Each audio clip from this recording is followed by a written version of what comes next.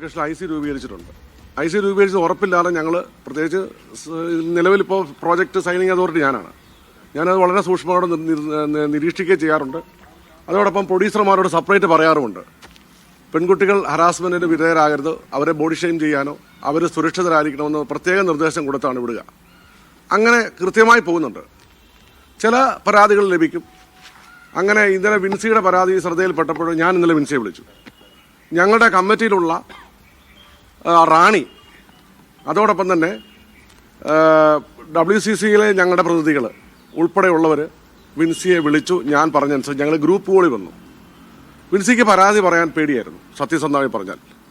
പക്ഷേ വിൻസിയോട് ഞങ്ങൾ പറഞ്ഞു, പരാതി നൽകണം, നൽകിയാൽ മാത്രമേ നമുക്കിത് പരിഹരിക്കാൻ പറ്റുള്ളൂ. അപ്പോൾ വിൻസി പറഞ്ഞു, ICയിലുള്ള 3 പേര്, 5 പേരിൽ 3 സ്ത്രീകളായിരുന്നു. അവരും ഡയറക്ടർ ഉൾപ്പെടെ പ്രൊഡ്യൂസർ ഉൾപ്പെടെ എല്ലാവരും വിൻസിയുടെ ഈ പ്രശ്നം സഹകരിക്കുകയും ഡയറക്ടർ ഈ നടനോട് താക്കീത് നൽകുകയും ചെയ്തിട്ടുണ്ട്.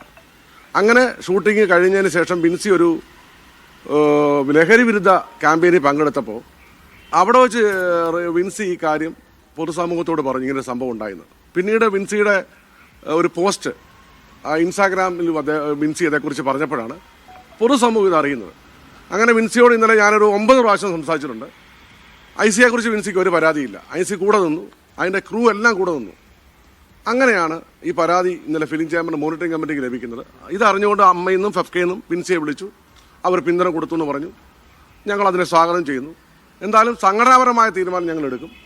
തിങ്കളാഴ്ച ഇപ്പോൾ ബഹുമാനപ്പെട്ട പ്രസിഡന്റ് BR ജേക്കബ് എന്നെ വിളിച്ചു രാവിലെ. ബഹുമാനപ്പെട്ട ഞങ്ങളുടെ ചെയർമാൻ G സുരേഷ് കുമാർ എന്നെ രാവിലെ വിളിച്ചു. ഇന്നലെ ഞങ്ങൾ സംസാരിച്ചിരുന്നു.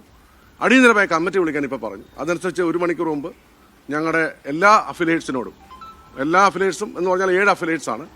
ആ 7 അഫിലിയേറ്റ്സ് 3 മെമ്പർമാർ വെച്ച് 21 പേരാണ് മോണിറ്ററിംഗ് കമ്മിറ്റിയിലുള്ളത്. തിങ്കളാഴ്ച ടൈറ്റിൽ കമ്മിറ്റി കഴിഞ്ഞ് 3 മണിക്ക് അടിയന്തര യോഗം ഞങ്ങൾ ചേർന്നിട്ട് ശക്തമായ നടപടി, ഇക്കാര്യത്തിൽ ഒരു സംശയവും വേണ്ട, നിങ്ങൾ കണ്ടോളൂ, ശക്തമായ നടപടി എടുക്കും. നാളെ നിങ്ങൾ തിരിച്ച് അയാളുടെ ജോലി പോയി ഇയാളുടെ ജോലി പോയി അവിടെ വിലക്ക് ഇവിടെ വിലക്ക് ഉളുക്കെന്നൊന്നും പറഞ്ഞ് വരരുത്. സത്യസന്ധമായി പറയാം, ഞങ്ങൾ ശക്തമായ നടപടിയെടുക്കും.